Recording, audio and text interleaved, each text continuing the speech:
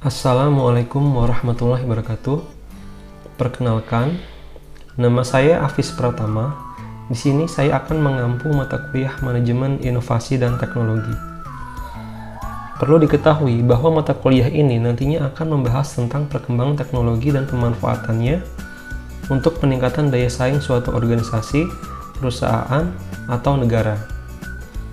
Bahasan akan dilakukan mulai dari fase-fase perkembangan teknologi, daur hidup teknologi, penilaian atau audit kemampuan teknologi, pengelolaan teknologi, dan struktur organisasinya. Selain itu juga akan dibahas tentang invensi, inovasi, dan proses transfer teknologi yang menjadi cara-cara untuk peningkatan kemampuan teknologi.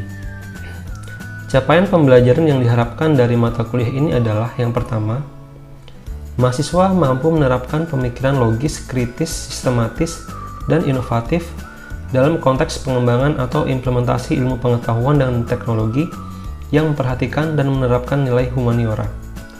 Yang kedua adalah mahasiswa diharapkan mampu mengkaji implikasi pengembangan atau implementasi ilmu pengetahuan teknologi yang memperhatikan dan menerapkan nilai humaniora berdasarkan kaidah, tata cara, dan etika ilmiah dalam rangka menghasilkan solusi, gagasan, atau desain.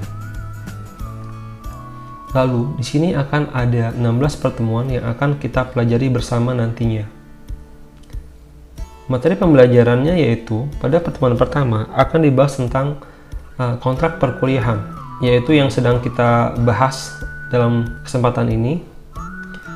Yang kedua, akan dijelaskan tentang konsep inovasi, di mana kemampuan akhir yang diharapkan nantinya mahasiswa mampu memahami dan menjelaskan tentang konsep inovasi, pelaku inovasi, dan aspek-aspek inovasi. Yang ketiga adalah tentang tantangan mengimplementasikan inovasi. Bahasannya akan meliputi tentang proses mengimplementasikan inovasi. Yang keempat, akan kita bahas materi tentang teknologi dan penciptaan nilai, dan teknologi dan kesejahteraan manusia. Pada pertemuan kelima, kita akan membahas tentang invensi dan inovasi. Pertemuan 6 kita akan mengelola perubahan, hubungan teknologi dan harga. Yang ketujuh, akan kita bahas tentang daur hidup produk, kurva S dari proses teknologi, interaksi pasar, dan teknologi. Kemudian di pertemuan ke-8 akan diadakan UTS. Setelah UTS, pada pertemuan 9 kita akan membahas tentang daur hidup produk, kompetisi pada fase teknologi yang berbeda, dan difusi teknologi. Pada pertemuan 10, kita akan membahas tentang pengertian inovasi teknologi. Pertemuan ke-11, kita akan membahas tentang pengertian daya saing indikator daya saing. Pertemuan 12, kita akan membahas tentang daya saing pada tingkat negara dan daya saing pada tingkat perusahaan. Pada pertemuan ke-13, kita akan membahas tentang pengertian penerapan teknologi, metode penerapan teknologi, pengertian eksploitasi teknologi, dan tahapan perkembangan teknologi. Pada pertemuan ke-14, kita akan membahas tentang riset dan pengembangan untuk teknologi dan organisasi riset dan pengembangan.